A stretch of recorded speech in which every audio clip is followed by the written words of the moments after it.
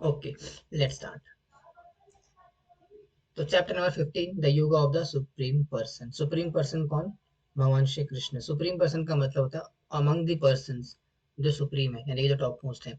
जैसे हमारे देश के अंदर 100 करोड़ 150 करोड़ देशवासी हैं, इनमें सुप्रीम कौन है? प्रधानमंत्री Modi, because he is the prime minister of India. ठीक है, तो यानी कि वो सारे पूरे जनमानस को कंट्रोल कर रहे हैं। तो सुप्रीम पर्सन का मतलब होता है जो कि सारे पर्सन में से टॉप मोस्ट स्टेज पर हो। तो वही सुप्रीम पर्सन जो कि पूरे संसार और संसार से परे के जो सुप्रीम पर्सन है, उनका योगा यानी कि उनसे किस प्रकार संबंध स्थापित करना है और उनके संबंध में क्या क्या जानकारी है, वो चैप्टर के अंदर आती है। डिकोडिंग करेंगे यानी कि इस चैप्टर को समझेंगे कि चैप्टर 15 जो है पुरुषोत्तम योग, वो किस बारे में चर्चा करता है। ठीक है, तो स्टार्ट करते हैं। सबसे पहले एक systematic journey from entanglement to the supreme reality. एक जर्नी है बहुत बड़ी, इसको डिस्कस करेंगे, जो कि इस पूरे चैप्टर का बेस है। यानी कि इस चैप्टर में बताएंगे किस प्रकार से बद्ध जीवात्मा यानी कि लिविंग कंडीशन सोल एक नॉर्मल स्टेज थे यानी कि एकदम बद्ध अवस्था से कैसे और सुप्रीम रियलिटी यानी कि भगवान श्री कृष्ण को समझने तक, भगवान श्री कृष्ण के प्रेम को प्राप्त करने तक, भगवान के भगवत धाम को प्राप्त करने तक क्या वो स्टेजेस रहती है, उसकी चर्चा आती है इसके अंदर। तो पहले डिस्कस आ रहा है ट्री। अगर हम चैप्टर नंबर 1 इसके फर्स्ट और सेकंड वर्सेस को देखेंगे, तो उसे भगवान श्री कृष्ण बता रहे हैं ज्ञान के बारे में। अर्जुन पूछते हैं उनसे कि ज्ञान के विषय में कुछ बताओ। तो भगवान बताते हैं कि एक बहुत बड़ा पेड़ है ना, जो कि बेसिकली स्वर्ग के अंदर पाया जाता है। भगवान उसकी चर्चा करते हैं, यानी कि एक ऐसा पेड़ है। अब इस पेड़ को डिस्कस करेंगे हम डिटेल के अंदर, क्योंकि पेड़ काफी इंपॉर्टेंट है ये। यानी कि एक बहुत बड़ा ज्ञान का वृक्ष है, जिसकी शाखाएं ऊपर की नीचे की ओर है और जड़ें ऊपर की ओर है। तो ये उल्टा है। जनरली क्या होता है, जड़ें नीचे की ओर होती है पेड़ की, है ना, नीचे फैली होती है मिट्टी के अंदर, और शाखाएं ऊपर की ओर होती है। लेकिन ये जो ज्ञान का वृक्ष है, इसकी शाखाएं नीचे की ओर है और जड़ें ऊपर की ओर है। ठीक है, और इसमें और भी चीजें आती है, किस प्रकार से इसकी पत्तियां जो है वो प्रकृति के 3 गुणों के द्वारा पोषित है ना, ऐसे करके पूरा ये हमारा पेड़ बन के आता है। अभी पेड़ क्या है पूरा डिस्कस करेंगे अभी आने वाली स्लाइड्स के अंदर। लेकिन स्टार्टिंग कैसे होती है चैप्टर के अंदर? इस चैप्टर की शुरुआत होती है भगवान के एक्सप्लेनेशन से कि जो ज्ञान का एक वृक्ष है, जो कि आई थिंक कल्प वृक्ष के समान, कल्प वृक्ष बोला जाता है। नहीं, कल्प वृक्ष तो गोलोक वृंदावन के अंदर होता है। ठीक ठीक है, जो भी है, कल्प वृक्ष है ना, तो कल्प वृक्ष के समान है, जिसकी जड़ें नीचे ऊपर की ओर है और शाखाएं नीचे की ओर। फिर हमें क्या करना है? इसकी जो शाखा है ना, प्रकृति के 3 गुणों के द्वारा बंधी हुई है। यानी कि हमें क्या करती है, प्रकृति के जो 3 गुण है, सदगुण रजोगुण तमोगुण, हमें इसने क्या कर रखा है, बांध रखा है अपनी शाखाओं से। अपनी प्रकृति के 3 गुणों की शाखाओं से क्या कर रखा है इसने, हमें बांध के रखा है। तो इस बंधन के कारण क्या है, हम इस भौतिक संसार के अंदर भटक रहे हैं। तो हमें क्या करना पड़ेगा, the weapon, the path of detachment. Mohan उसके आगे बताते हैं वर्सेस के अंदर कि the path of detachment. Summary बता रहा हूँ चैप्टर की आपको, फिर इसका डिटेल में पढ़ेंगे। तो बेसिकली समरी क्या चैप्टर की, द पाथ ऑफ डिटैचमेंट, यानी कि वो जो क्या बोलते हैं, आसक्तियों का पेड़ है, यानी कि जिसकी जड़ें ऊपर की ओर है और शाखाएं नीचे की ओर है। उस पेड़ में क्या है, हमारी जो शाखाएं हैं, उसको प्रकृति के 3 गुणों द्वारा पोषण मिलता है। यानी कि हम जो जीवात्मा है, वो इस प्रकार से इस पेड़ में शाखाओं के अंदर फंसे हुए हैं। लेकिन हमें क्या करना पड़ेगा, इसी शाखाओं को काटना पड़ेगा। ये जो प्रकृति के 3 गुण है, जो कि शाखाओं के रूप में विस्तृत करे हुए हैं, अपने आप को शाखाओं के रूप में फैले हुए हैं। तो हमें क्या करना पड़ेगा, द पाथ ऑफ डिटैचमेंट, यानी कि उसमें लिखा होगा बुक के अंदर, विरक्ति के शास्त्रों की तलवार, है ना। तो विरक्ति के शास्त्रों से इसको काटना है। ये जो अटैचमेंट्स का पूरा जाल बना पड़ा है, ये जो पूरी शाखाओं का जाल है, जो कि प्रकृति के 3 गुणों से बना हुआ है, इसको क्या करना पड़ेगा, विरक्ति के शास्त्रों से काटना पड़ेगा। और क्या उसके बाद क्या नेक्स्ट वर्जन आता है, the abode, the destination of no return. यानी कि ये सब करने से क्या फायदा होगा, है ना। कौन सा वर्ष आता है कि निर्माण मोह जित संग दोष आध्यात्म नित्या विनिवृत्त कामा द्वंद्वे विमुक्ति जित संग दोषे, है ना। लास्ट लाइन क्या है, ठीक है। तो ऐसे करके वर्ष आता है, जिसमें बताते हैं कि किस प्रकार से एक व्यक्ति जो है, जो ज्ञान का वृक्ष है, उस ज्ञान के वृक्ष के अंदर जो शाखा है, वो प्रकृति के 3 गुणों द्वारा पोषित है। तो व्यक्ति को क्या करना चाहिए, हमारे जो विरक्ति के शास्त्र है, विरक्ति के शास्त्र की मतलब विरक्ति शास्त्र की जो तलवार है, उस तलवार के माध्यम से उसके जड़ों को काटना पड़ेगा, उसकी शाखाओं को काटना पड़ेगा। और जैसे हम उसकी शाखाओं को काटते हैं, तो क्या होगा, उसके लिए क्यों काट रहे हो, ताकि हम स्पिरिचुअल अबोर्ड, भगवान के परम धाम को प्राप्त कर सके, है ना। लेकिन इसके बीच में एक स्ट्रगल भी आता है, यानी कि किस प्रकार से उस लेवल तक, मतलब कि क्वालिफिकेशन क्या होती है। डिटैचमेंट का बात तो है, लेकिन भगवान का जो अबोर्ड है वहाँ जाने के लिए क्या करना पड़ता है, निर्माण मोह जित संग दोषा, तो जो संग दोष है, और जो मान, हमारे मान अभिमान की लालसा है, मान सम्मान की लालसा होती है कि मेरा कोई सम्मान करे, मुझे कहीं से रिस्पेक्ट मिले, तो जो मान सम्मान की लालसा होती है इसको छोड़ना पड़ता है ना। निर्माण मोह जित, डिस्कस करेंगे अभी आगे।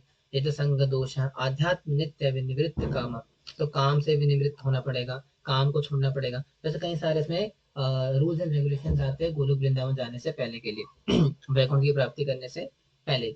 अब वही स्ट्रगल है बेसिकली, देखिए इस प्रकार से हमें जो है सोल का मैकेनिक्स को समझना पड़ेगा, और हमें इन सारी जो बीमारी लगी पड़ी है, निर्माण मोह जित संग दोष, ये सारे दोष लगे पड़े हैं, कैसे हम इन सबसे निजात पा सकते हैं, वो उसके नेक्स्ट क्वेश्चन में आएगा। उसके बाद आएगा sustainer, the maintenance of reality, कि कौन इस पूरे भौतिक जगत को, जो पूरा इतना नित्य जगत है, जो कि अनित्य जगत है सॉरी, ये पूरा किस प्रकार से कार्यशील है, ये कार्यशील किस प्रकार से है, और कैसे पूरा कार्यकलाप चल रहा है, वो आएगा नेक्स्ट सेक्शन के अंदर, फिर सस्टेनर के अंदर।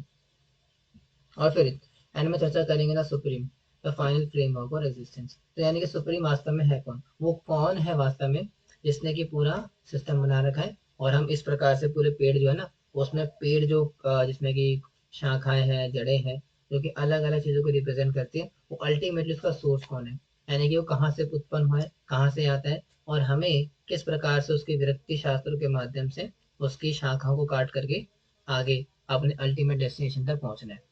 ठीक है, तो ये पूरा फ्रेमवर्क है, ये पूरी जर्नी है, जो कि आज की क्लास में डिस्कस करेंगे। Starting with the first part. Recording on करी थी मैंने, करी तो थी, एक बार कंफर्म कर लेता हूँ, मन में डाउट क्यों आ रहा है, हाँ ठीक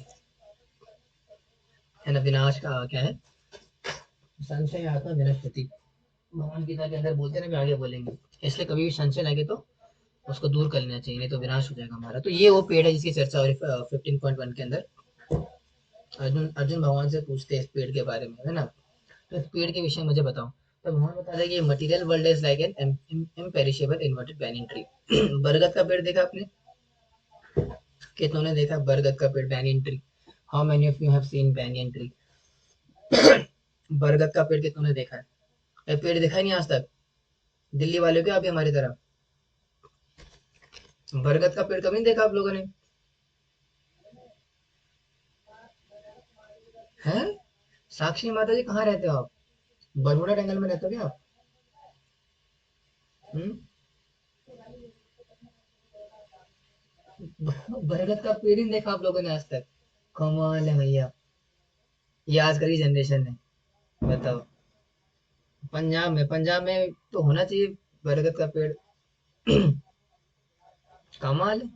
मैं तो दिल्ली में रहकर भी देखा है मैंने बरगद का पेड़, बरगद का पेड़ देखा नहीं आप लोगों ने, कितनी कमाल की बात है। हम हमारे बचपन में क्या है, हम जब मतलब मैं जब छोटा था बचपन में, मतलब बचपन में सारे छोटे होते ऑफ कोर्स, हमारे मेरे नाना जी की चाय की दुकान थी, है ना, मुझे याद आ गया, बहुत पुरानी बात कर रहा हूँ। तो उस समय छोटे छोटे थे, तीसरी चौथी क्लास में रहेंगे।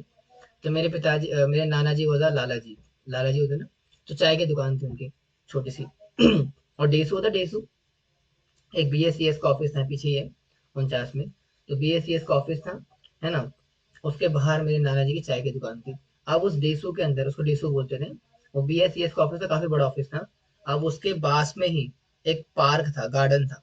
अब तो गए देख करके गार्डन में तोड़ दिया उन लोगों ने, क्या सभ्यता उल्टी पड़ रही क्या बताए, पूरा गार्डन का तहस नहस करके उस बिल्डिंग बना दी, और पूरा कहते ना, मारेंगे लोग, गली में मारेंगे हम लोगों को, क्या करे। लेकिन पहले जब हम छोटे थे, करीबन 10-12 साल पहले की बात कर रहा हूँ, तो तब क्या था, वहाँ पे एक बहुत बड़ा तो नहीं, एक अच्छा खासा करीबन 40-50 मीटर का बहुत बड़ा पार्क, गार्डन काइंड ऑफ होगा, जिसमें कि बहुत सारे पेड़ इत्यादि थे, है ना। और शहतूत का पेड़ भी था, देखा आप लोगों ने शहतूत का पेड़। दिल्ली में देखना बड़ा मुश्किल है, शहतूत का पेड़ नहीं देखा होगा, है ना। ये शहर वाले हो आप लोग ना, मैं भी शहर वाला हूँ, देखा, ये भी देखा है आप लोगों ने, अच्छा, किस्मत वाले हो। वहाँ पर शहतूत का पेड़ भी था, हम बचपन में शहतूत तोड़ा करते थे, खाया करते थे। अब तो वो शहतूत का पेड़ भी नहीं रहा, गार्डन भी रहा। अब गया था पिछली बार जब मैं, तो वहाँ पे पूरी बिल्डिंग बना दी है। अब बिल्डिंग में से पता नहीं वो चूना पत्थर खाएंगे उसमें निकाल के। पहले शहतूत का पेड़ था, शहतूत खाते थे बचपन में हम, कितना मजा आता था, सुबह सुबह आते थे अपने नाना जी की दुकान पे, फिर जा करके शहतूत तोड़ा करते थे पत्थर मार के। वो जमाने अलग था, क्या करे, आप तो खैर सारा गंदगी मचा रखी है। है तो वहाँ पे शहतूत का पेड़ था, और काफी सारे बहुत सारे पेड़ थे, और पेड़ वगैरह थे। वहां पे बरगद का पेड़ था एक बहुत प्यारा, बहुत सुंदर पेड़ था, एकदम लास्ट लास्ट में कॉर्नर की तरफ बरगद का पेड़। बरगद का पेड़ की क्या खासियत होती है, वो बहुत ज्यादा ना आपको मिस्टीरियस काइंड ऑफ लगता है, मिस्टीरियस पेड़। उसको देख करके लगेगा जैसे कि ना यहाँ पे कोई बहुत सारी आत्माएं रहती होंगी, और बहुत ज्यादा ना मिस्टीरियस काइंड ऑफ लगता है। देखा होगा आप सबने ना, जिसने देखा होगा उसको पता है। अगर बाकी पेड़ देखो तो इतने मिस्टीरियस नहीं लगते वो, मतलब नॉर्मल सा पेड़ है, पत्तियां लगी बस खत्म। लेकिन जो बरगद का पेड़ होता है वो काफी मिस्टीरियस होता है, उसमें बहुत सारी शाखाएं होती है, लटक रही होती है। है ना, पूरा से चारों तरफ से कवर्ड होता है, ऐसे पूरे पत्ते बिखरे होते हैं उसके चारों तरफ से, चारों तरफ से एकदम कहते हैं ना उसकी शाखाओं में ऐसे वो पूरा लिपटा होता है। ऐसा कुछ दिखा देता हूँ आपको ना। अब बरगद का पेड़ की बात आई है तो ना, मेरे को भी देखने की इच्छा होगी, पता नहीं क्यों। बरगद का पेड़ क्यों देखना है मेरे को, लेकिन देखना चाहिए बहुत ही ना।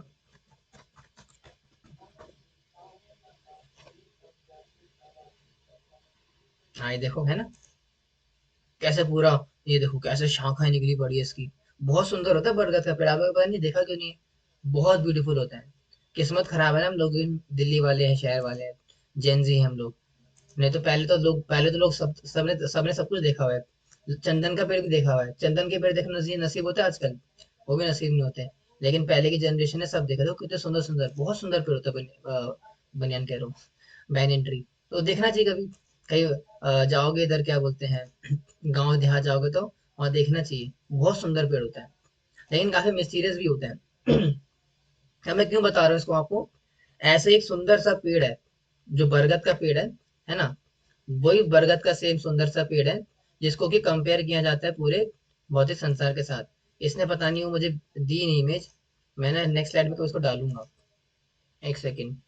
अगर मुझे यहाँ पे मिल जाता है तो वहां से थोड़ा थोड़ा पढ़ाने का कोशिश करता हूँ, मेरा ध्यान से निकल गया ना, इंक्लूड करना चाहिए था आपके इसमें। अगर मुझे मिल जाती है वो, मिल जाना चाहिए, मिल गया। तो इस प्रकार से कंपेयर किया जाता है, थोड़ा यहाँ पे एक्सप्लेन करता हूँ आपको, फिर आपको वहां लेकर के आऊंगा मेन चीज पे। फिर पीपीटी की ओर आगे बढ़ेंगे। एक बार बस थोड़ा दिखा देता हूँ, दिखाने के बाद फिर पीपीटी की तरफ आगे बढ़ेंगे। हालांकि समय कुछ दिमाग से निकल के इसको इंक्लूड नहीं कर पाया, मैं करना चाहिए था। तो इस पेड़ की चर्चा हो रही है यहाँ पे, ये वो बरगद का पेड़ है, जिसकी शाखाएं नीचे की ओर है, सॉरी, शाखाएं हाँ नीचे की ओर है, जड़ें ऊपर की। जड़ें क्या है ये, द गोलोक वृंदावन, ये चैप्टर 15 का ये पूरा, ठीक है। The banyan tree which has, ठीक है, वही वाला, उसी की चर्चा आती है यहाँ पे। तो उसी को पेड़ को उसने यहाँ पे ऐसे बना रखा है, बेकार भाई साहब ने, बेकार सा। लेकिन अल्टीमेट पेड़ ये है, ठीक है। तो ये जो पेड़ है, इसकी बहुत सारी शाखाएं निकली हुई है, आप देख रहे हो ये शाखाएं क्या है, अनलिमिटेड डिजायर्स है, लिबरेशन की, विजडम की, इकोनॉमिक डेवलपमेंट, ये सारे सेंस ग्रेटिफिकेशन, ये सारी शाखाएं निकली हुई है। ये वही बरगद का पेड़ है जिसकी बहुत सारी शाखाएं हैं, ठीक है। और ये शाखाएं क्या करती है हमें, इस संसार के अंदर बांधे हुए हैं, एक पूरे संसार को बैनियन ट्री की तरह समझ सकते हो। और इस बैनियन ट्री के अंदर क्या बहुत सारी शाखाएं निकली हुई है, जो कि हमें अलग अलग प्रकार से बांधे हुए हैं। इसके ऊपर क्या है, हमारी डिजायर से बंधी हुई है। और इस पूरे एंड में, यानी कि इसकी पूरे शाखाओं के नीचे की तरफ, जो नीचे जड़ें हैं इसकी, सॉरी ऊपर की तरफ जड़ें हैं, उस जड़ों के शुरुआत में ब्रह्मा जी है कोर्स, फिर उसके बाद गोलोक, बहुत सारी चीजें आती है, गोलोक वृंदावन। खैर, तो कहने का तात्पर्य क्या है कि ये जो हमारा पूरा आध्यात्मिक पेड़ है, आध्यात्मिक तो नहीं भौतिक है, और ये जो पूरा पेड़ है, इसका ना पूरा, इसको कंपेयर किया गया भौतिक भौतिक संसार से, जिसकी जड़ें ऊपर की ओर है और शाखाएं नीचे की ओर। अभी कैसे होता है समझते हैं, पहले डिस्कस करेंगे रूट्स का। ऊर्ध्व मूलम लिखा है, ऊर्ध्व मूलम अगर शाखम करके होगा वर्ष, अगर आप गीता पढ़ेंगे तो ऊर्ध्व मूलम, ऊर्ध्व मूलम, और ऐसे करके ऊर्ध्व मूलम अधा शाखम लिखा हुआ है ना, ऐसे करके बस आएगा।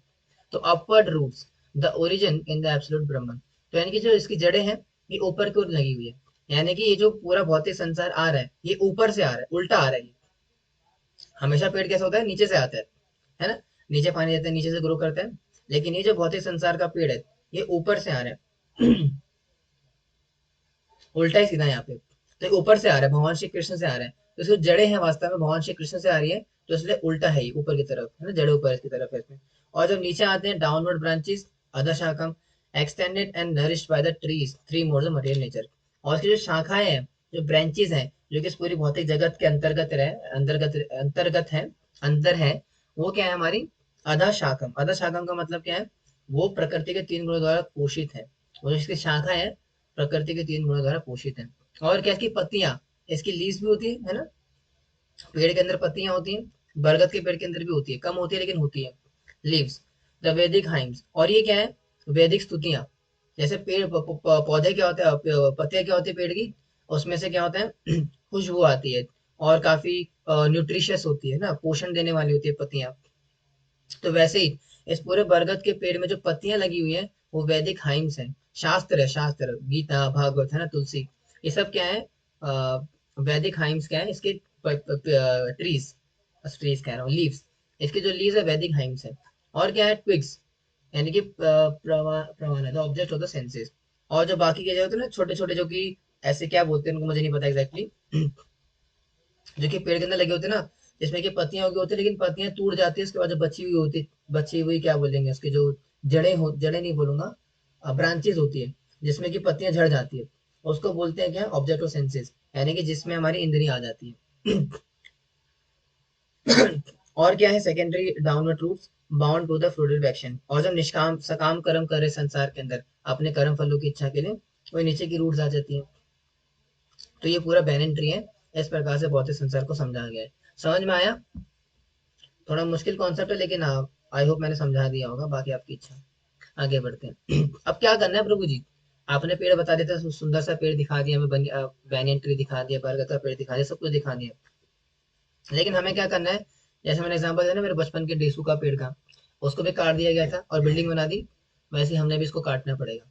अगर हमने इस बैनियन ट्री को नहीं काटा, भले जितना मर्जी सुंदर हो, हमें संसार से परे नहीं लेके जाएगा। इसलिए हमें क्या करना पड़ेगा? इस बैनियन ट्री की शाखाओं को काटना पड़ेगा। We must cut down this strongly rooted tree with the weapon of detachment. हमें काटना पड़ेगा स्ट्रेट, ये बहुत ही डीप रूटेड बैनियन ट्री है। इतनी आसानी से नहीं कटेगा, लेकिन काटना पड़ेगा हमें से। क्यों काटना पड़ेगा? क्योंकि अगर जब तक हम इसे काटेंगे नहीं, जब तक इसको कट डाउन नहीं करेंगे, तब तक क्या होगा? संसार से मुक्त होकर के अल्टीमेट रूट, जो कि उल्टी ऊपर की तरफ है, वहां नहीं जा पाएंगे, भगवान श्री कृष्ण के चरण कमलों में नहीं जा पाएंगे। इसलिए विरक्ति के शास्त्र से क्या करना पड़ेगा? इसकी जड़ों को काटना पड़ेगा। Unperceivable form, no visible beginning end of foundation, ठीक है। इसकी कोई एंड नहीं है, कोई फाउंडेशन नहीं है, कोई आदि नहीं है, अंत नहीं है इसका। लेकिन विरक्ति के शास्त्रों से, भगवत गीता, भागवतम, इन सबको पढ़ करके हम क्या करेंगे? इसकी जो शाखाएं हैं, जो कि प्रकृति के 3 गुणों से पोषित हैं और हमें संसार के अंदर बांधे हुए हैं, उसको काट सकते हैं हम व्यक्ति के शास्त्रों से। Seek the original supreme personality of Godhead from whom everything begin. और उसके बाद क्या होगा? जब हम विरक्ति के शास्त्रों से इन सबको काट देंगे, है ना, विरक्ति के शास्त्रों से इन सारे शाखाओं को काट देंगे, तब जा करके हम क्वालिफाइड होंगे, एलिजिबल होंगे भगवान को प्राप्त करने के, भगवान के प्रेम को प्राप्त करने के। आ रहे हैं ना समझ में? बोरिंग तो नहीं हो रहा? बोरिंग तो नहीं लग रहा? नींद तो नहीं आ रही? लगना भी नहीं चाहिए।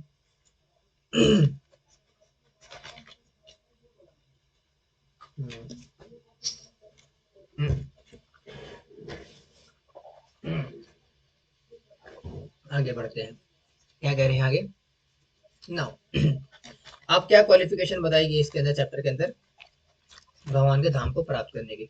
आपने बोला प्रभु जी संसार क्या है? बरगद के पेड़ के समान है, पूरा बरगद का पेड़ आपने एक्सप्लेन करा। फिर आपने बोला कि इस बरगद के पेड़ को काटना पड़ेगा, क्योंकि यदि अगर हम इस बरगद के पेड़ को नहीं काटेंगे तो नहीं तो हमें काट देगा ये। क्योंकि ये बरगद का पेड़ और कुछ नहीं, भौतिक संसार ही है। और जब तक भौतिक संसार से विरक्ति नहीं आएगी, इस भौतिक संसार से मुक्ति प्राप्त नहीं होगी, तो भगवान का धाम भी प्राप्त नहीं हो सकता। तो भला इस क्या बोलते हैं अ, इस पेड़ को काटना कैसे? विरक्ति के शास्त्रों से। और इस पेड़ को काटने के बाद हमें क्या करना है? अल्टीमेटली भगवान के धाम को जाना है। लेकिन भगवान के धाम कोई ऐरा गहरा नथु गहरा नहीं जा सकता। उसके लिए you require some specific qualification. आपको कुछ स्पेसिफिक क्वालिफिकेशन चाहिए। वो स्पेसिफिक क्वालिफिकेशन क्या है? वो आता है इस वर्ष के अंदर, निर्माण मोह जित संग दोष आध्यात्म नित्य विनिवृत्त काम, ये वर्ष आता है ना, द्वंद्व विमुक्त जित संग दुख, है ना।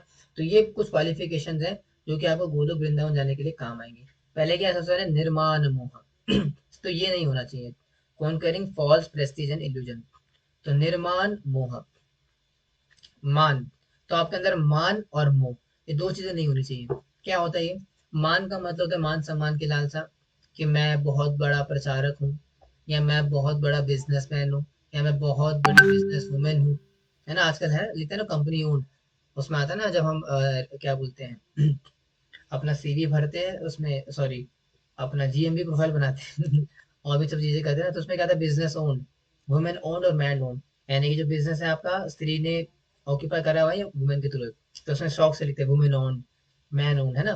तो वैसे ही मोह, और सॉरी, निर्माण, मान ये जो मान सम्मान की लालसा होती है। हम मान लो बस में गए, बस में जा करके मैंने देखा कि वहाँ पे लेडीज सीट है, लेकिन लेडीज सीट में कोई भाई साहब बैठे हुए, तो माता जी क्या करेंगी, अरे आपको तमीज नहीं है, आप लेडीज सीट में बैठे हो, एक लेडी खड़ी है, आप बैठे हो, खड़े होइए, ऐसा चमका देते कुछ कुछ तो। इसको बोलते हैं मान, कि मैं एक स्त्री हूँ, मेरे सीट रिजर्व है, why are not sitting up, standing up, आप खड़े क्यों नहीं हो रहे मेरे लिए, तो इसको मान बोलते हैं। ठीक है। मोह क्या होता है, मोह बड़ा सिंपल है, यानी कि किसी भी चीज से अपने आप को आत्मसात कर लेना, बीवी, बच्चे, घर परिवार, माता पिता, मेरी जॉब, आ, मेरा कुछ ना मिले तो मेरा शैम्पू, मेरा शैम्पू। जैसे ना झगड़े होते हैं ना, अपने बहनों में झगड़े होते हैं, मान लो छोटी बहन ने आज बड़ी बहन के शैम्पू से बाल धो लिए, तो बड़ी बहन क्या बोलती है, ओए तूने मेरे शैम्पू से बाल धोए क्या कहती, हाँ दीदी, वो थोड़ा सा, कहती क्या, तूने मेरे इतना महंगा शैम्पू है मेरा, से तूने बाल धो लिए, ये वो लोग। तो शैम्पू से भी मुंह हो जाता है, शैम्पू से मुंह हो जाता है, साबुन से मुंह हो जाता है, कुछ नहीं तो मेरा अंडरवेयर मेरा अंडरवेयर आपने क्यों पहनी ऐसे कई सारी चीजें हो जाती है ना। तौलिया, मेरा तौलिया, छोटी कितनी कितनी छोटी छोटी है ना, कितनी स्मॉल स्मॉल, हम बोलते हैं प्रभु जी गोलक वृंदावन जाना है, मैंने जो है गोलक वृंदावन जाना है, भगवान का प्रेम प्राप्त करना है, लेकिन यहाँ पे अपना तौलिया नहीं छूट रहा हमसे। अगर हमारा तौलिया कोई जैसे उसमें होता है, हमारा कैंप्स वगैरह में होता है, आप लोग तो कभी कहीं नहीं होंगे शायद, हमारे तो होते रहते, अभी गए थे वृंदावन भी गए थे हम। आई फिर आने वाला है जून में, हाँ जून में हरिद्वार जाते हैं हम हमारे आई पे कैंप होता है, बहुत उसमें डिवोटी होते हैं, 100 तो कह रहा हूँ कम हो गए, 400 500 डिवोटी हम होते हैं उसमें।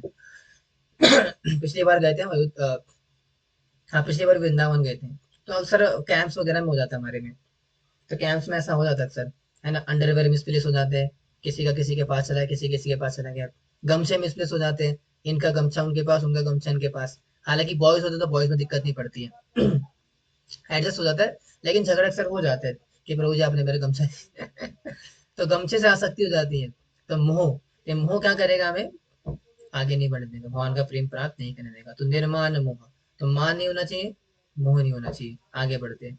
और क्या, आध्यात्म नित्य, understanding the eternal spiritual knowledge, ज्ञान होना चाहिए, बिना ज्ञान के भक्ति नहीं हो सकती है। आजकल लोग बहुत घूम रहे हैं ना मार्केट के अंदर, इंस्टाग्राम पे रीलें बना रहे हैं, है ना, मेरे तो लड्डू गोपाल है, मेरे तो ये, मेरे तो कान्हा जी। मैं आज कल एक रील देख रहा था एक लड़के की, उसने बाल काफी लंबे रखे हुए हैं, मेरे उस पे आई थी, फीड पे आई थी उसने काफी लंबे बाल रखे हुए हैं, और लंबे बाल रख करके बोल रहे हैं, gas who is my inspiration, तो मुझे लगा शायद वो ऋतिक रोशन उसके इंस्पिरेशन होगा, मुझे लगा आई थिंक संजय दत्त उसके इंस्पिरेशन होंगे, कौन है इंस्पिरेशन, भगवान श्री कृष्ण।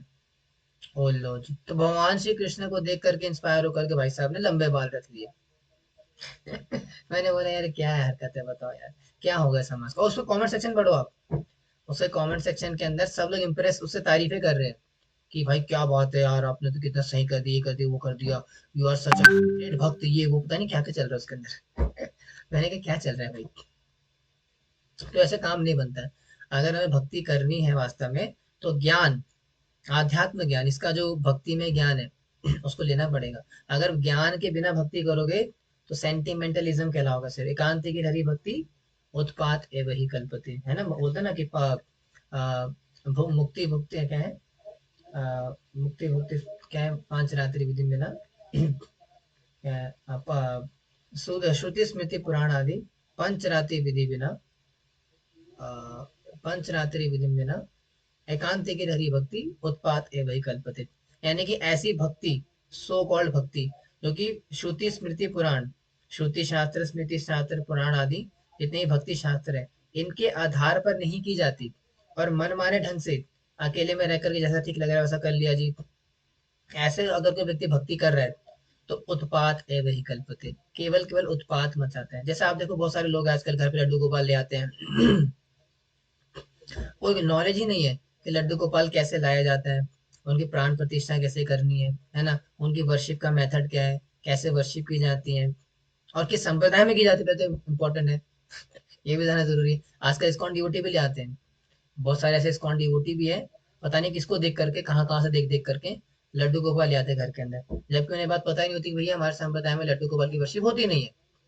हमारे हमारे संप्रदाय राधा कृष्ण गौड़िया दास्य भाव में, राधा दास्य भाव में राधा कृष्ण की वर्शिप करते हैं, हम चैतन्य महाप्रभु की वर्शिप करते हैं।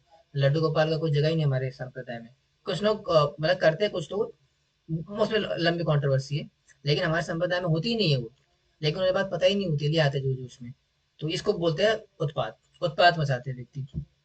और जब लेके भी आते लड्डू गोपाल को, तो क्या कर रहे होते हैं, मेरे लड्डू गोपाल, और बच्चे की तरह ट्रीट करते हैं उन्हें, जैसे मेरा छोटा मेरा राजू काजू पिस्ता बादाम, वैसे मेरे लड्डू गोपाल। भैया वो भगवान है, उनको उसका सम्मान तो दो कम से कम। और आप बोलेंगे प्रभु जी कि ना मेरे तो लाला है वो, तो फिर आप जस्टिफाई भी कर लेंगे, प्रभु जी रागानुगा भक्ति, अरे भाई कहाँ से रागानुगा, पहले विधि तो ढंग से हो नहीं रही आपसे, रागानुगा तो बात की बात है। ऐसे नहीं बनती बात, समझ रहे हो, तो सेंटिमेंटलिज्म के हिसाब से नहीं चलता, आपको ज्ञान लेना पड़ेगा। अगर सही नॉलेज नहीं होगी शास्त्रों की, भक्ति शास्त्र की बात कर रहा हूं मैं यहाँ पे, जरूरी नहीं कि अपने सारे चारों वेद पढ़ने, सारे पुराण सब चाटने, ऐसे नहीं है।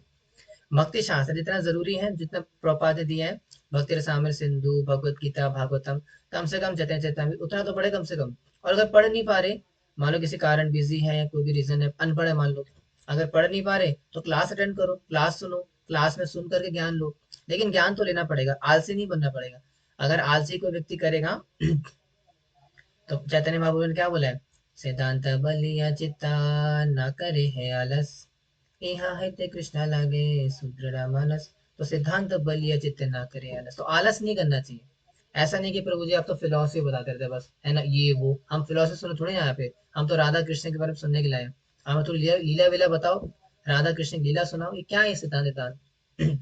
आजकल 90% लोग क्यों इस्कॉन छोड़ के जा रहे हैं, why devotees are living ISKCON, क्योंकि उन्हें ऐसा लगता है कि भैया इस्कॉन में तो लीला वीला होती ही नहीं है, इस्कॉन में तो कुछ रस है ही नहीं, हमें तो बाहर बाबा जी को सुनना है, बाहर जाके रस के लिए। भैया ये रस नहीं चाहिए आपको, आपको क्या चाहिए, आपको भोग चाहिए। भक्ति में आने के बाद आपको भोग चाहिए, इसलिए आपको बहाना मार के जा रहे हो। सिद्धांत को समझोगे, सिद्धांत में रस है अपने आप में, ठीक है। खैर, इन शॉर्ट, कहने का मतलब क्या कि you have to get knowledge, आपको नॉलेज लेनी पड़ेगी, नित्य ज्ञान लेना पड़ेगा, आध्यात्मिक ज्ञान, तभी जा करके आपकी अंडरस्टैंडिंग परफेक्ट होगी और राइट फॉर्मेट में भक्ति करोगे, नहीं तो फिर वही इंस्टाग्राम वाली भक्ति चलती रहेगी जिंदगी भर। Now coming the fourth step, विनिवृत्त कामा। अब ये सबसे इंपॉर्टेंट है, सबसे तो नहीं, लेकिन वन ऑफ द इम्पोर्टेंट ये भी कि फुल्ली डिसएसोसिएटिंग फ्रॉम मटेरियल लस्ट। विनिवृत्त काम, काम को खत्म करना पड़ेगा।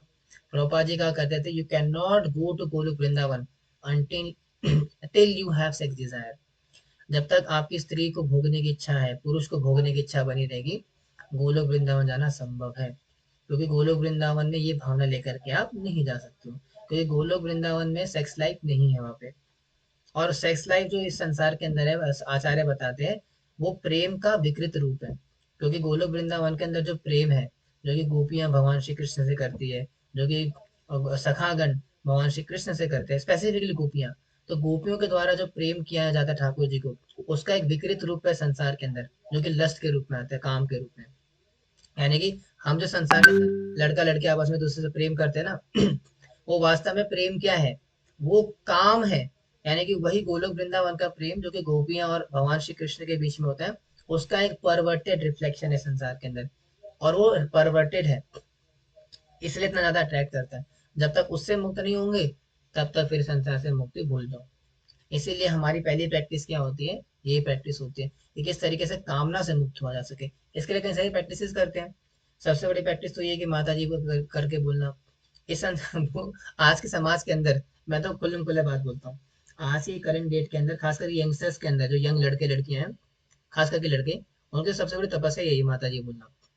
अगर किसी यंग ब्यूटीफुल लड़की को कोई माता जी बोल दे, वही जिगरा है बंदे के अंदर, तो बहुत मुश्किल होता है बोल पाना, जुबान लड़खड़ा जाती है। बहुत मुश्किल काम है, नहीं बोल पाते हम जनरली। लेकिन इस्कॉन के अंदर हम आते, पहले ट्रेनिंग दी जाती है माता जी बोलने की। उसकी ट्रेनिंग क्यों दी जाती है, उसका कारण क्या है, ये कारण है क्योंकि हमारी डेस्टिनेशन बहुत ऊंची है। हमें वहां जाना है, वहां जाने के लिए स्टेप को तोड़ना पड़ेगा, विनिवृत्त काम, तो काम से मुक्त होना पड़ेगा। फिर उसके बाद क्या करना पड़ेगा, लास्ट स्टेप, द्वंद्वेर विमुक्ते, becoming free from the dualities named happiness and distress. तो संसार के द्वंद्व से मुक्त होना पड़ेगा, है ना। जैसे बहुत बड़ा फेमस गाना है किशोर दा का ना अ, कि जिंदगी, है ना, हंस कैसी है पहेली, हाय कभी तो हंसाए कभी रुलाए। तो ये द्वंद्व है, हंसना रोना, है ना। हंसना रोना ये क्या है, द्वंद्व समास है। गोलोक वृंदावन के अंदर द्वंद्वता नहीं है, डुप्लीसिटी नहीं है, दो चीज नहीं है। वहां पे सिर्फ प्रेम है, सुख है, दुख नहीं है वहां पे। लेकिन संसार के अंदर क्या डुअलिटी रहती है हमेशा, यानी कि सुख है तो दुख भी है, प्रेम है तो काम भी है। और सुख जैसे है ना, दो चीजें हमेशा साथ में रहती है। तो डुअलिटी है संसार के अंदर, हर एक चीज की वजह दूसरा चीज होता है साइमल्टेनियसली, है ना। तो खाना है तो निकालना भी है ना। तो वैसे क्या द्वंद्व क्या बोले समाज है ये, इस भौतिक संसार के द्वंद्व संसार, यानी कि संसार के अंदर दो चीजें लगी रहती है अगर खाना है तो निकालना है, जाना है तो आना है, सब कुछ लगा रहता है, तो द्वंद्व है ये। लेकिन इस द्वंद्व से मुक्त होना पड़ेगा, क्यों? क्योंकि जब गोलोक वृंदावन जाते हैं गोलोक वृंदावन के अंदर द्वंद्व चीजें नहीं होती है। वहां पे प्रेम है तो प्रेम है, काम नहीं है। वहां पे आना है तो आना, जाना नहीं है, समझे। और वहां पे जैसे मैंने कहा एग्जाम्पल दिए, खाना है तो खाना है, जाना नहीं, निकालना नहीं। तो वहां पे सिंगल चीज है, ठीक है। यहाँ पे दो चीज होती है हमेशा, अगर सुख आएगा तो दुख भी आएगा, है ना। अगर प्रेम होगा तो काम भी होगा। लेकिन गोलोक वृंदावन के अंदर ऐसा नहीं होता, प्रेम है तो प्रेम ही है, खाना है तो खाना ही है, निकालना नहीं है, ठीक है। तो सिंगुलैरिटी यहाँ पे, प्लूरैलिटी नहीं है। इस संसार के अंदर प्लूरैलिटी है, दो चीजें रहती है, ठीक है। जैसे कि नेगेटिव एंड पॉजिटिव। लेकिन संसार भौतिक जगत के परे जो भगवान का धाम है, वहां पे चीजें नहीं होती, वहां पे नेगेटिव कुछ नहीं, पॉजिटिव पॉजिटिव, सिंगुलैरिटी वहां पे। तो उसे लास्ट चीज छोड़नी पड़ेगी आपको, द्वंद्वता। ऐसा अक्सर लोग बोलते हैं ना कि जब तक लाइफ में दुख ना आए तो सुख का अनुभव नहीं हो सकता। तो प्रभुपाद जी इसके विषय में बताते हैं कि मान लीजिए अगर आपने कभी जीवन में करेला नहीं खाया है, ठीक है। मान लो कभी आपने जीवन में करेले की सब्जी नहीं खाई है, तो अगर किसी व्यक्ति ने पूरे जीवन भर करेले की सब्जी ना खाई हो, तो अगर मैं उसको रसगुल्ला खिलाऊं तो क्या क्या उसको मीठा लगेगा? क्या बोलते हैं आप, क्या उसको रसगुल्ला मीठा लगेगा? हम्म, बताइए। अगर किसी व्यक्ति ने सारा जीवन भर करेला नहीं खाया, अब मैं उसको रसगुल्ला खिला रहा हूं एकदम से, तो क्या उसको मीठा लगेगा या नहीं लगेगा? नहीं लगेगा। सानिया माता जी, आपको नहीं लगेगा? हैं? आप पंजाबी लोग हो ना, आपको तो रसगुल्ला क्या आपको पता ही नहीं होगा मजाक कर रहा हूँ, ठीक है। लगेगा भाई। अब रसगुल्ला आपने करेला खाया हो ना खाया में क्या, उससे क्या फर्क पड़ता है? मीठा है रसगुल्ला, वो हमेशा मीठा ही लगेगा आपको चाहे जो मर्जी खाओ। वैसे ही सुख प्राप्त करने के लिए, सुख का अनुभव करने के लिए दुख होना जरूरी नहीं होता, वो संसार के अंदर होना पड़ता है। इसे संसार को द्वंद्व संसार कहा जाता है। लेकिन गोलोक वृंदावन के अंदर दुखी होने के बाद सुख नहीं आता है, वहां पे सुख ही सुख है, दुख है ही नहीं वहां पे। इसे लास्ट चीज तो छोड़नी पड़ेगी आपको, द्वंद्व है। आए समझ में? आगे बढ़ेंगे। Now the supreme about is self eliminating है ना, डेस्टिनेशन ऑफ नो रिटर्न, है ना। देखो, जस्टिन बीबर का बहुत पुराना गाना है कि नेवर से नेवर, है ना। है ना, there just no turning back when your heart's under attack, gonna give everything I have, cause this is my destiny, I will never say never, I will fight, I will fight till forever, है ना। दोस्तों क्या बोलते हैं, no return, I will no return, तो है ना। तो नो रिटर्न का मतलब होता है कि भगवान के धाम जाने के बाद वहां से आना नहीं होता, है ना। ना तद भासते सूर्यो, ना शशांको न पावका, यद गित्वा न निवर्तन्ते तद धामम परमम मम। तो भगवान बता रहे कि अगर कोई व्यक्ति ये सब सब कुछ कर लिया उसने, ठीक है, विरक्ति के शास्त्र से पूरे बनियन को काट दिया, उखाड़ दिया पूरा, और सारे क्वालिफिकेशन को डेवलप कर दिया, निर्माण मोहा, नित संग दोषा, आध्यात्म नित्य निवृत्त कामा, इन सबको उसने क्वालिटीज को डेवलप कर लिया। उसके बाद क्या करेगा व्यक्ति, मेरे धाम को प्राप्त कर देगा, कर जाएगा। और मेरा धाम है कैसा? अगर तो मेरे धाम को प्राप्त कर जाएगा ऐसा व्यक्ति, तो मेरे धाम को प्राप्त करने के बाद दोबारा इस भौतिक संसार में नहीं आएगा व्यक्ति। क्यों? क्योंकि यद गतवान निवर्तते तद धामम परमम मम। तो मेरा जो परम धाम है ना, जो गोलोक वृंदावन मेरा परम धाम है, उस गोलोक वृंदावन को प्राप्त करने के बाद, हाँ, तो उस गोलोक वो गोलोक वृंदावन को प्राप्त करने के बाद व्यक्ति क्या है, दोबारा संसार के अंदर नहीं आएगा। वो अल्टीमेटली वहां पे सिचुएटेड हो जाएगा, ठीक है। तो गोलोक वृंदावन को जाएगा। अब भगवान का धाम है कैसे वास्तव में, है ना, हाउ इट दिस लुक। तो ना तद भासते सूर्यो ना शशांको न पावका यद गत्वा निवर्तन्ते तद धामम परमम मम। तो भगवान का जो धाम है वहां पे ना तो सूर्य सूर्य की आवश्यकता नहीं पड़ती है। यहाँ पे तो इतना बड़ा सूर्य लगा पड़ा है ना, प्रभास में से सूर्य। तो भगवान के नेत्र है ना, कौन सा है, अनंत बाहुम शशि सूर्य नेत्रम। तो भगवान के नेत्र हैं ये, जो यहाँ पे जो सूरज इतना बड़ा है, भगवान भगवान की आंखें है ना।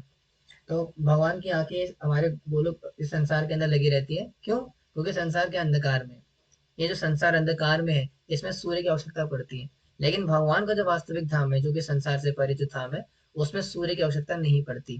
क्यों नहीं पड़ती, क्योंकि भगवान के शरीर से निकलना जो तेज है वो इतना अधिक तेज है कि उसमें सूर्य की आवश्यकता नहीं पड़ती इसमें। और ना शशांक को, चंद्रमा की भी आवश्यकता नहीं है। चंद्रमा के क्या कार्य होते हैं, जीवन बीज प्रदान करता है, रस प्रदान करता है ना, पढ़ा था ना 7 चैप्टर के अंदर।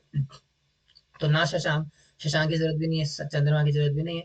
और ना पावक, बिजली की आवश्यकता भी नहीं पड़ती, क्योंकि वहां पे क्या है, सब चलायमान है। तो क्योंकि वहां से भगवान के शरीर से निकलने वाला प्रकाश इतना अधिक है कि पूरा गोलोक वृंदावन चमकता है वहां पे। तो ऐसा है भगवान का धाम, है ना।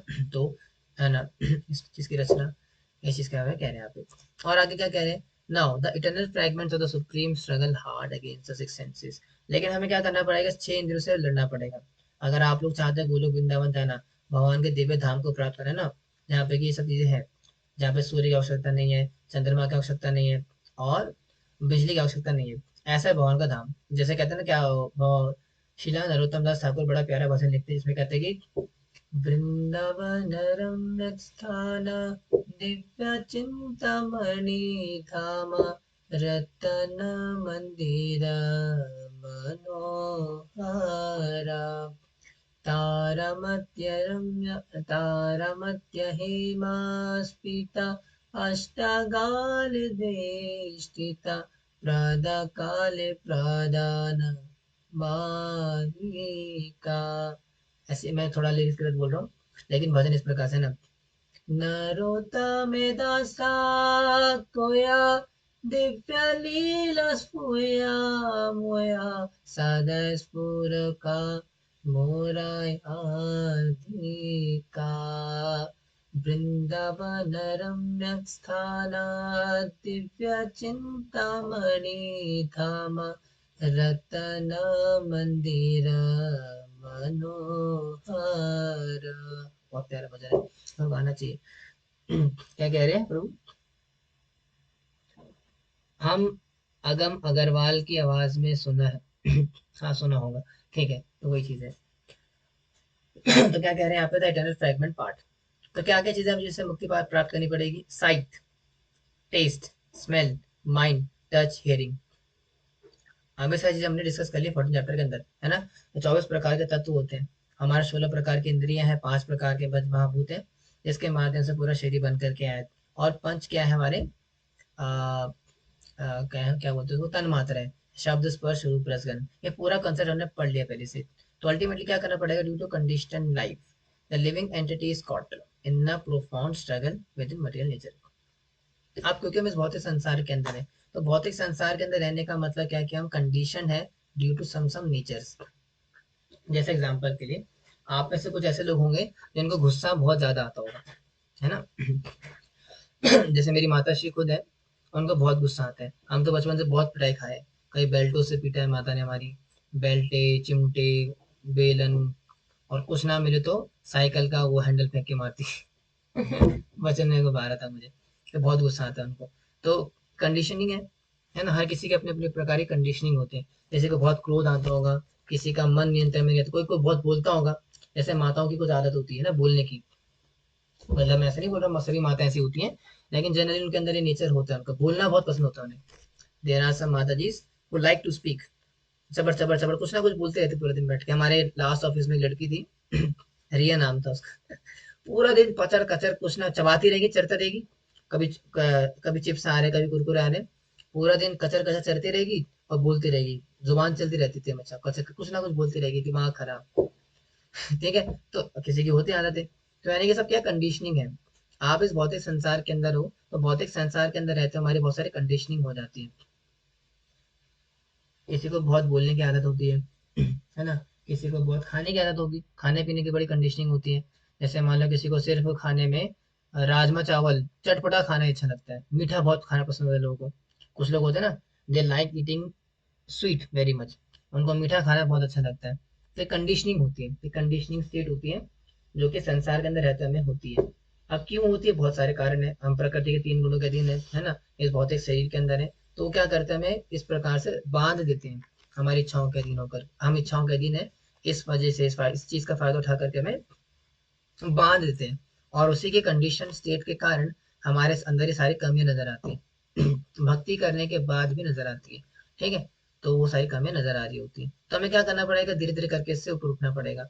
फिर अल्टीमेटली भक्ति करते करते एक दिन ऐसा आता है, एक दिन ऐसा आएगा जब हमारा क्या होगा, जितने भी जो दोष होते हैं वो सारे साफ हो जाते हैं। अगर आपको बोलना बहुत अच्छा लगता है, बहुत प्रजल्पा करनी अच्छी लगती है, जैसे मैंने माता जी का एग्जाम्पल दिया, माता जी लव टू डू प्रजल्पा, है ना, उन्हें प्रजल्पा करना बहुत अच्छा लगता है। दो माता जी मिलेंगी, बोलेंगे कि और बताइए शर्मा जी कैसी हैं आप, क्या कर रही हैं आजकल, आपके है ना पति की क्या जॉब लगी नहीं लगी, क्या वो सॉरी आपके बच्चे का क्या चलेगा, करते करते करते तो पूरा।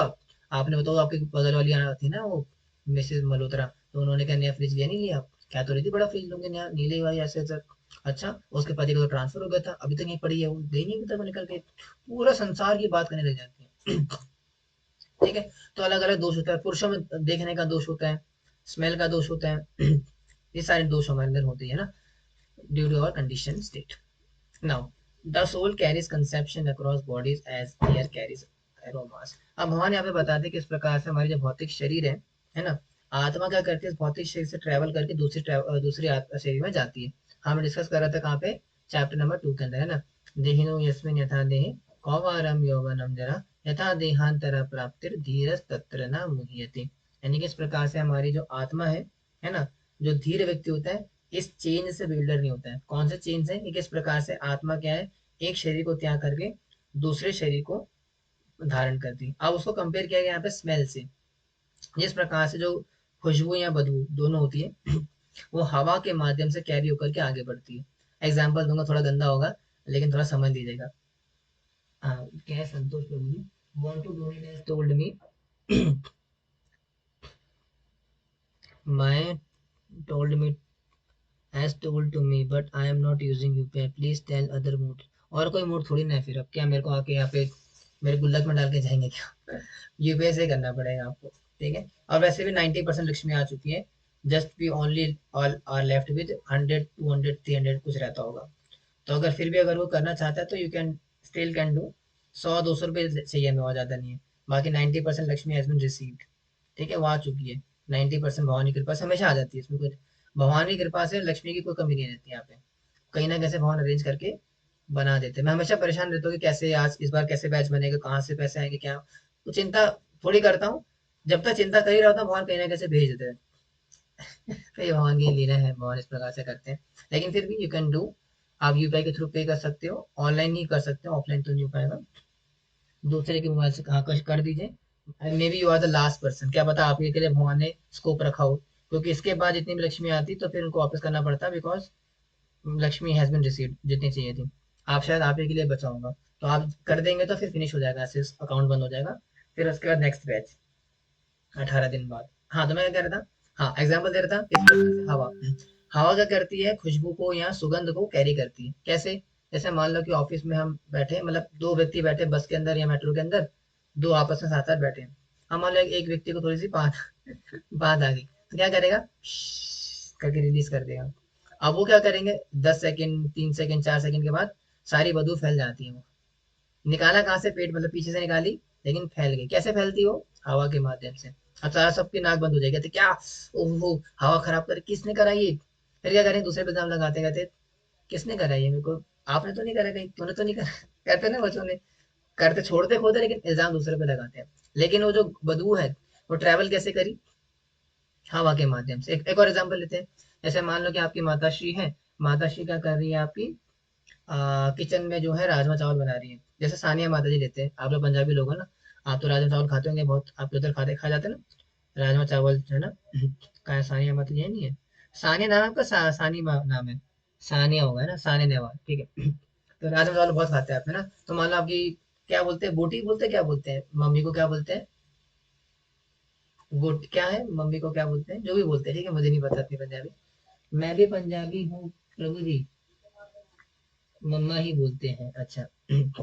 मैं भी पंजाबी हूँ, तो क्या करूँ फिर मैं, तो क्या करे, है ना, मीम याद आ गया मुझे, कौन सा मीम था, बोलते ना, हम क्या करें फिर, है ना, है ना भाई, हम क्या करें फिर, आप पंजाबी हो तो हो। हम पंजाबी नहीं है, हम पंजाबी नहीं है, दिल्ली वाले नहीं है, इंडिया वाले नहीं है, हम कौन है, हम आत्मा है। बोले मुझे आपसे तो बात करना बेकार है, पता नहीं कहाँ से। मजाक कर रहा हूँ, ऐसी कोई बात नहीं है। क्या कह रहे हैं प्रभु, प्रभु जी सानिया और साक्षी दोनों फ्रेंड्स हैं।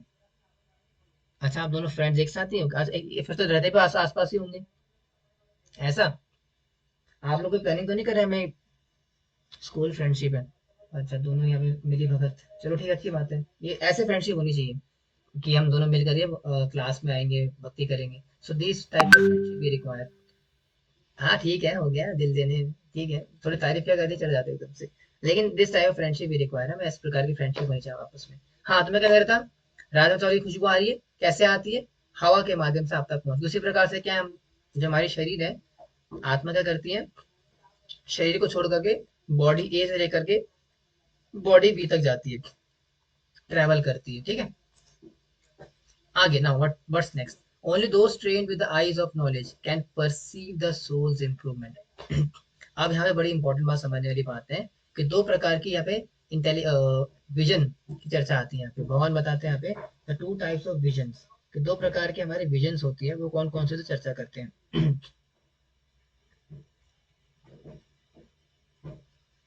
हम्म, हाँ, हाँ, तो एक होते हैं विमूढ़, यानी कि फुलिश की दृष्टि, और एक होती है ट्रांसेंडेंटल दृष्टि। क्या होती है, क्या डिफरेंस होते हैं ज्ञान चक्षु के अंदर और एक साधारण चक्षु के अंदर, कि जो विमूढ़ होता है, मूढ़ व्यक्ति होता है, can not understand how a living entity quits the body और what sort of bodies enjoy under the mode of nature. तो जो मूढ़ व्यक्ति होता है, जो बेवकूफ व्यक्ति होता है, जिसके अंदर दिमाग की कमी होती है, ऐसा अगर बोल सके तो, ऐसा व्यक्ति क्या होता है, उसको समझ में नहीं आता कि किस प्रकार से शरीर से आत्मा निकल रही है, और आत्मा अलग अलग शरीरों में ट्रेवल करती है। ये होती है एक विमूढ़ की दृष्टि, उसको क्या लगता है कि ये मर गया तो मर गया, है ना, मर गया, कहानी खत्म हो गई, चला गया, संसार से मुक्त हो गया, हटाओ यार।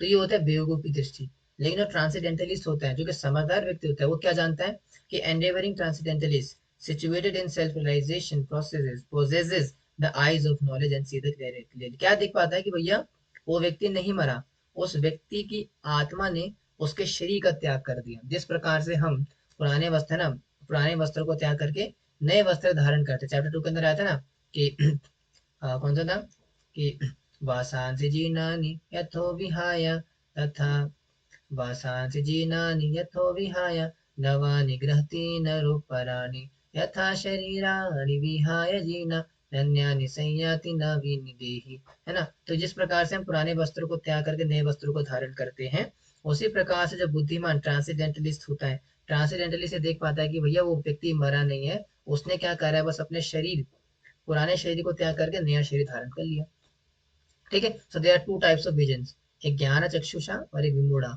तो विमूढ़ व्यक्ति की दृष्टि ये होती है, और ज्ञानी व्यक्ति की दृष्टि ये होती है। इसमें नथिंग्स न्यू, हमने पहले से डिस्कस करा हुई चीज है ना। तो देखो, आप इसके बाद के चैप्टर है ना 15 16 17 18, दैट्स ऑल कंक्लूजन। आपको लग रहा होगा, आपको जब देखेंगे, आप पढ़ेंगे आगे, आपको समझ में आ जाएगा, बोलेंगे "वो जी तो हम पहले पढ़ चुके हैं, हम चैप्टर 2 के अंदर ही पढ़ा था, चैप्टर 3 के अंदर ही पढ़ा था, आप दोबारा क्यों पढ़ा रहे हो"। ऐसे दोबारा ही है, चैप्टर 12 13 के बाद जो है सारी चीजें रिपीट होती है। चीजें बहुत ज्यादा रिपीट हो जाती है, ठीक है। तो इसलिए कोई कंक्लूड करे ना यहाँ पे, लास्ट चैप्टर्स के अंदर conclude, it's a conclusion chapters, तो यहाँ पे कुछ चीजें रिपीट होती है, इसलिए आपको लग रहा होगा कि प्रभु जी हम पहले पढ़ चुके हैं, लेकिन वास्तव में वो कंक्लूजन कर दे रहे हैं यहाँ पे, ठीक है। उसको एक ब्रॉड सेंस दे रहे हैं चैप्टर लास्ट के आकर के। नाउ आगे बढ़ते हैं, उसमें क्या कह रहे हैं कि the supreme maintains the cosmos through celestial splendour and planetary system. और वो जो परम पुरुष है, भगवान श्री कृष्ण की चर्चा हो रही है यहाँ पे, वो जो परम पुरुष है, वो अलग अलग प्रकार से अपनी विभूतियों की चर्चा करते हैं भगवान यहाँ पे, क्या बोलते हैं, द इकोलॉजिकल रिंग, किस प्रकार से चंद्रमा है, चंद्रमा क्या करता है, जीवन रस प्रदान करता है इसको, है ना, ऑर्बिट इन ओरिजिन। अगर आप देखेंगे उसके अंदर शास्त्र पढ़ेंगे, तो उसमें सारा मेंशन है 15 चैप्टर के अंदर, इसमें पूरा बता रखा है, क्या बता रखा है कि I become the moon and thereby supply the juice of life to all vegetables. तो भगवान बताते हैं कि मैं चंद्रमा हूँ, और चंद्रमा बन करके मैं क्या करता हूँ, जितने भी जो फ्रूट्स इत्यादि होते हैं उनमें रस रस प्रदान करता हूँ। आप सबने सब्जियां खाई होंगी, पालक, गोभी, मटर। फ्रूट्स खाए होंगे, आम और केला, संतरा। अब आप देखोगे ना, कभी आपने सुना है कि कोई आम के अंदर चीनी मिला के खा रहा है? कभी आपने आम में चीनी डाल के खाया है? या फिर संतरे में चीनी मिला के खाई है? या कभी केले में चीनी डाल के खाई है? नहीं। क्यों? क्योंकि दैट इज ऑलरेडी स्वीट। तो स्वीटनेस कहाँ से आती है? वो स्वीटनेस आती है चंद्रमा से। The moon. Moon gives that sweetness. और स्वीटनेस की शक्ति भगवान से आती है। यानी कि भगवान एम्पावर्स चंद्रमा, एंड चंद्रमा गिव्स इन रिटर्न। यानी कि चंद्रमा से क्या होता है, जीवन में जितने भी वेजिटेबल्स और फ्रूट्स होते हैं, इनमें जो रस आता है, वो रस चंद्रमा से आता है। और चंद्रमा भगवान है, यानी कि चंद्रमा भगवान की विभूति है। भगवान की शक्ति चंद्रमा के माध्यम से आती है। और चंद्रमा के माध्यम से आकर के क्या करती है, जीवन रस प्रदान करती है।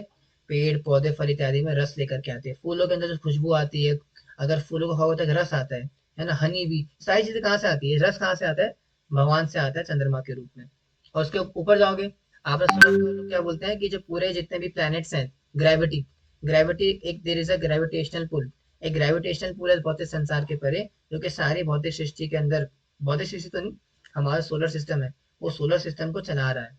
यानी ग्रेविटेशनल पुल है जो कि सूरज बाकी प्लैनेट्स के ऊपर लगाता है, जिसके माध्यम से सारे जो प्लैनेट्स हैं वो सूर्य के चक्कर लगाते हैं, है ना। हमने आज तक यही पढ़ा था। लेकिन यहाँ भगवान कहते हैं कि I enter into each planet and by my energy they stay in orbit. है ना। देखो कितना कॉन्ट्रोडिक्टरी है। साइंटिस्ट क्या बोलते हैं कि सूर्य की ग्रेविटेशनल एनर्जी है, ग्रेविटेशनल पुल है, और उस gravitational there is a gravitational pull due to which all the other planets revolve around the sun, and this comprises our whole solar system. The gravitational pull of sun is greater than the earth. That's why the earth revolves around the sun. So that's why this is the whole phenomenon, the phenomenon of gravitational pull. So when we will by crossing, by landing our planet, क्या बोलेंगे, spaceship to escape velocity, and after क्या बोलते हैं इसको, after क्या बोलेंगे, crossing the boundaries of the earth, they come into the gravitational pull of the sun, and then it revolves. और पता नहीं क्या क्या बकवास करते रहते हैं। तो कहने का मतलब क्या है कि ऐसे आपने सुना होगा हमेशा से। लेकिन यहाँ पे भगवान क्या बोल रहे हैं, तो जो सारे प्लैनेट्स घूम रहे हैं ना, वो ग्रेविटेशनल जो पुल है सो कॉल्ड, वो मेरी शक्ति से चल रहा है भैया। वो ग्रेविटेशनल पुल कहाँ से आया? न्यूटन ने इसे डिस्कवरी करी। न्यूटन ने बनाया नहीं है ग्रेविटेशनल लॉ, याद रखना। न्यूटन नेवर इन्वेंटेड, न्यूटन ने बैठ कर ग्रेविटी नहीं बनाई है, बस डिस्कवर कर दिया कि भाई ग्रेविटी नाम की कोई चीज होती है। लेकिन न्यूटन से पहले भी ग्रेविटी थी। वो ग्रेविटी भगवान की शक्ति है। भगवान बता रहे गीता के अंदर कि ये सारी शक्ति, जो सारे जो प्लैनेट्स हैं, वो मेरी शक्ति से चल रहे हैं। और उस शक्ति से करोड़ों करोड़ों साल से चल रहे थे। न्यूटन ने आकर के उस बता दिया कि भाई चल रहे हैं। इसमें क्या नया था? देखो, भगवत गीता को हम नहीं मानते, भगवत गीता को नोबेल प्राइज नहीं देंगे हम, लेकिन भाई साहब ऐसे न्यूटन साहब को दे देंगे। ठीक है, कोई बुराई नहीं उसमें। लेकिन भगवत गीता को एक्नॉलेज करना चाहिए ना, जिन्होंने कि न्यूटन से पहले ही बोल दिया, न्यूटन से बहुत साल पहले बोल दिया कि भैया मेरी शक्ति है वो। अब शक्ति का मतलब ग्रेविटेशन पुल है, जो कि न्यूटन ने आकर के बाद बता दिया। क्या करें, हमारे इसको नॉलेज नहीं दी जाती। एंड द लास्ट थिंग कहते हैं dissipating the darkness of the entire world. और मैं क्या हूँ, अंधकार के रूप में संसार के पूरे संसार में विद्यमान हूँ, और अंधकार मुझसे ही आता है। थोड़ा 5 2 3 मिनट लेते हैं एक्स्ट्रा, बिकॉज थोड़ा सा एक्सप्लेन करना अच्छा इसको जरूरी है, इंपॉर्टेंट चैप्टर्स है। ठीक है, तो काइंडली वेट, अभी फिनिश करते हूँ मिनट के अंदर। Now the supreme sustains biological and cognitive life from with in the heart. क्या मतलब है इसका? यानी कि भगवान बताते हैं कि पाचन, आप सबने राजमा चावल खाए हैं?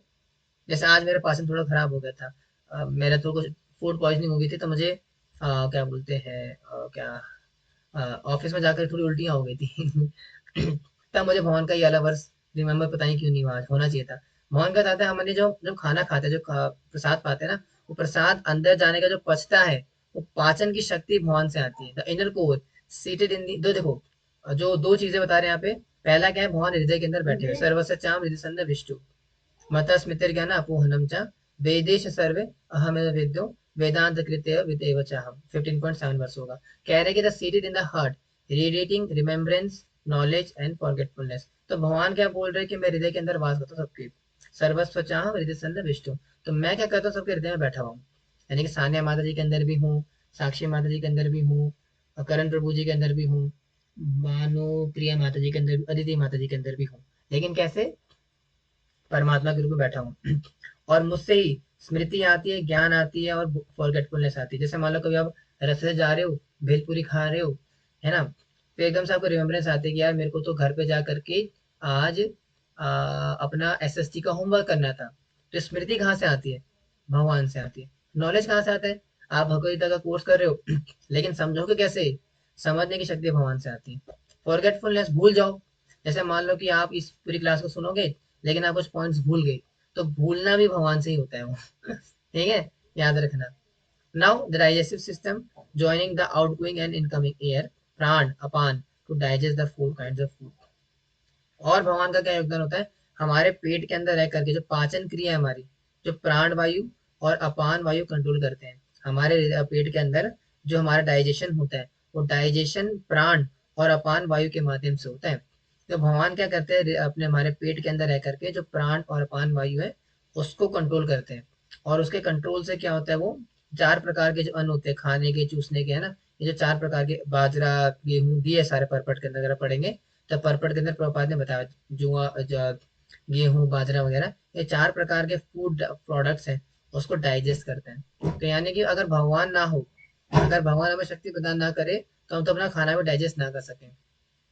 That is the thing. तो हमें अपना खाना डाइजेस्ट करने के लिए भी भगवान की शक्ति की आवश्यकता पड़ती है ठीक है। अगर भगवान शक्ति ना दे तो हम अपने खाने को भी डाइजेस्ट ना कर सके। तो सोचो कितना ही भगवान हमारे पे कृपा करते हैं। नास्तिक भी खाना डाइजेस्ट कर लेते हैं और आस्तिक भी कर लेते हैं, लेकिन वो शक्ति भगवान से आती है, लेकिन भगवान को क्रेडिट नहीं देता तो ये बड़ी ही अफसोस की बात है। और उसमें कहते हैं by all the Vedas I am to be known and I am the compiler of the Vedanta and knower of the Vedas. और मैंने क्या करा है? वेदांत को बनाया। यानी जितना भी जो वेदांत वैदिक शास्त्र है वो भगवान से ही प्रकट हुआ है। ऐसा नहीं कि भैया कुछ पहले पुराने का है, नहीं, भगवान से सारे वैदिक शास्त्र प्रकट हुए और भगवान ही उनके कंपाइलर है। इसलिए सारे शास्त्रों को पढ़ करके ये मर्म निकलना चाहिए कि हमें भगवान के प्रति प्रेम को विकसित करना है और भगवान को शरणागत होना है। अगर ये हमारा जीवन का उद्देश्य निकल के नहीं आता, that means we are doing some, कुछ गड़बड़ है उसके अंदर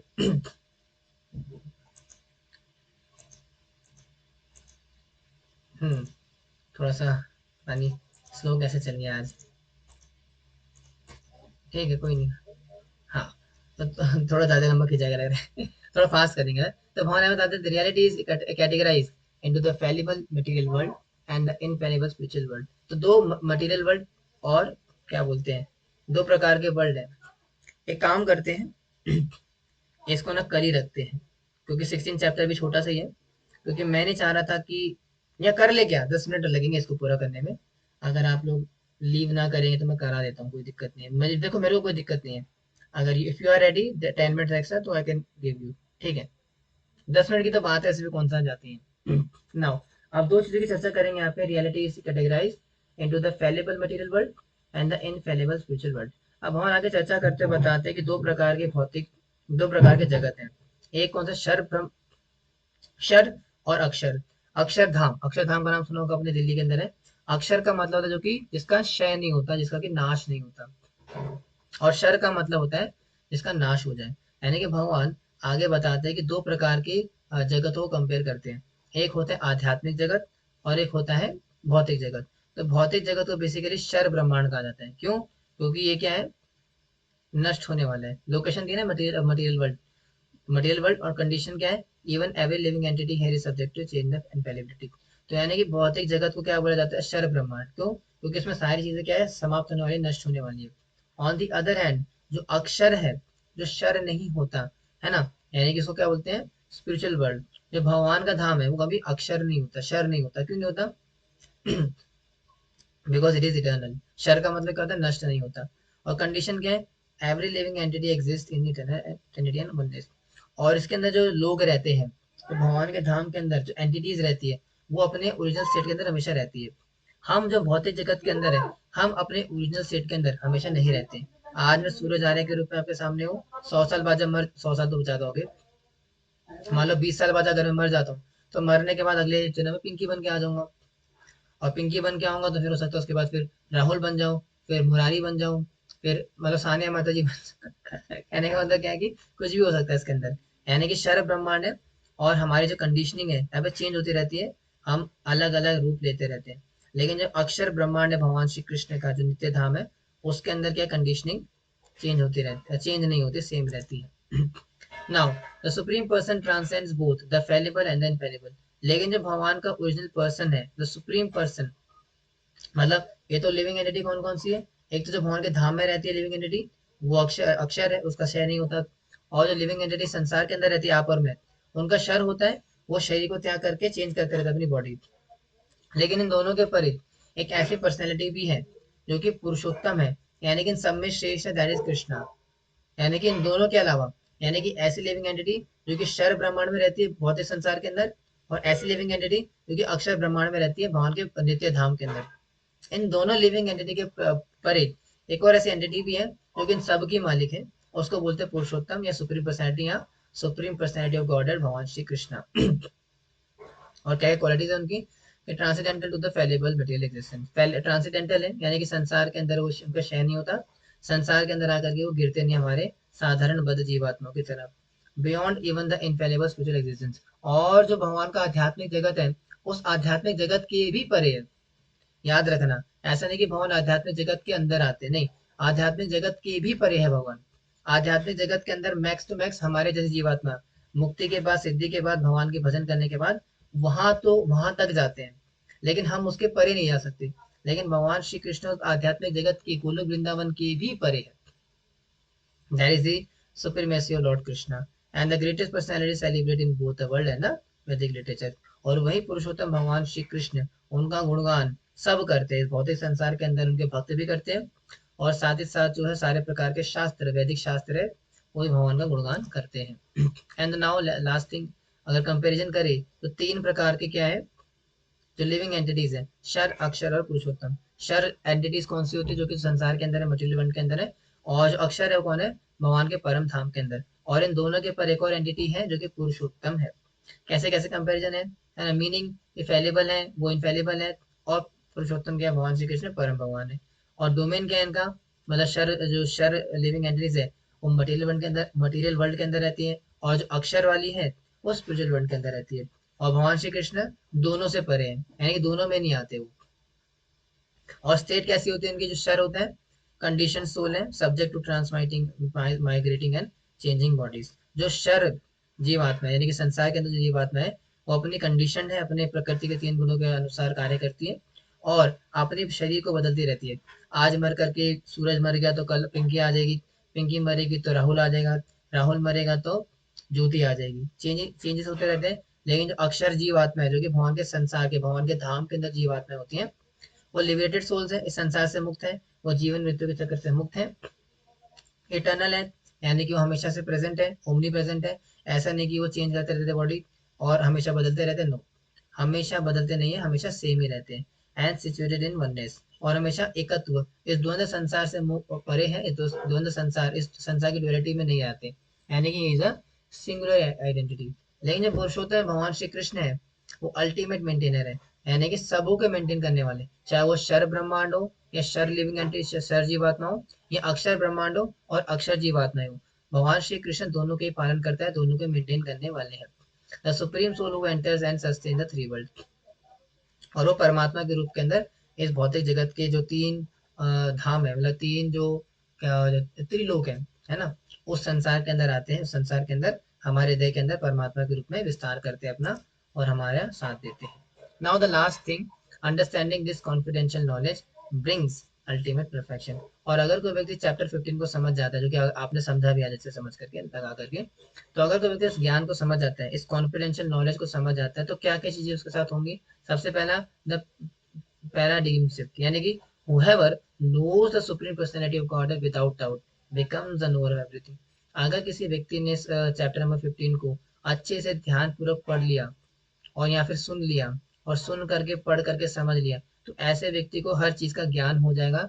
ऐसा व्यक्ति will be able to understand everything and each thing. साथ ही साथ अगर वो इस ज्ञान को समझ गया, तो उसे क्रियाकलाप कैसे हो जाते हैं, एक्शंस कैसे हो जाते हैं, अस्थत्व three prints, they naturally engage in full devotional service, भक्ति करेगा वो। अगर कोई व्यक्ति इस बात को जान जाएगा कि भगवान श्री कृष्ण ही परम भगवान है, और भगवान श्री कृष्ण सबके मालिक है, और सबों को जानने वाले हैं। अगर कोई व्यक्ति इस तत्व को जान जाएगा, इस चीज को जान जाएगा, तब एक्शन क्या करेगा, भगवान की भक्ति करेगा ना, माला पकड़ेगा, हरे कृष्ण महामंत्र का जप करेगा, भगवद गीता प्रोपान आश्रय क्लासेस में आएगा और देर तक सुनेगा, लीव करके नहीं जाएगा, है ना। तो इस प्रकार के एक्शन करेगा वो। और अल्टीमेट प्रॉमिस, तो लास्ट थिंग क्या उसके साथ रहेगी कि this is the most confidential part of the वैदिक स्क्रिप्चर्स। और सारे शास्त्रों को अगर निचोड़ा जाए, सारे शास्त्रों को अगर पढ़ा जाए, सारे शास्त्रों को अगर मर्म निकाल करके एक हिस्से में रख दिया जाए, तो क्या निकल करके आता है कि whoever understands this will be become wise and his endeavors will be known perfection। यानी कि सारे शास्त्र निचोड़ो, सारे शास्त्रों को अगर सार निकाला जाए, सारे शास्त्रों को अगर निकाल करके कुछ कंक्लूजन निकाला जाए, तो कंक्लूजन यही निकल करके आएगा कि भैया जो भी इस विज्ञान को समझेगा, ये पुरुषोत्तम योग का जो विज्ञान है, कोई भी इस विज्ञान को जानेगा, समझेगा, पढ़ेगा, पढ़ाएगा, तो ऐसा व्यक्ति बुद्धिमान कहलाएगा। यानी कि आप सारे क्या बुद्धिमान हो, तो ऐसा व्यक्ति बुद्धिमान कहलाएगा, बुद्धिमान बन जाएगा, और साथ ही साथ परफेक्शन को प्राप्त करेगा। परफेक्शन का मतलब वही भगवान के नित्य धाम को प्राप्त करेगा, परफेक्शन को प्राप्त करेगा। हरे कृष्णा कृष्णा कृष्णा हरे हरे, हरे राम राम राम हरे हरे। श्री प्रभुपाद की जय।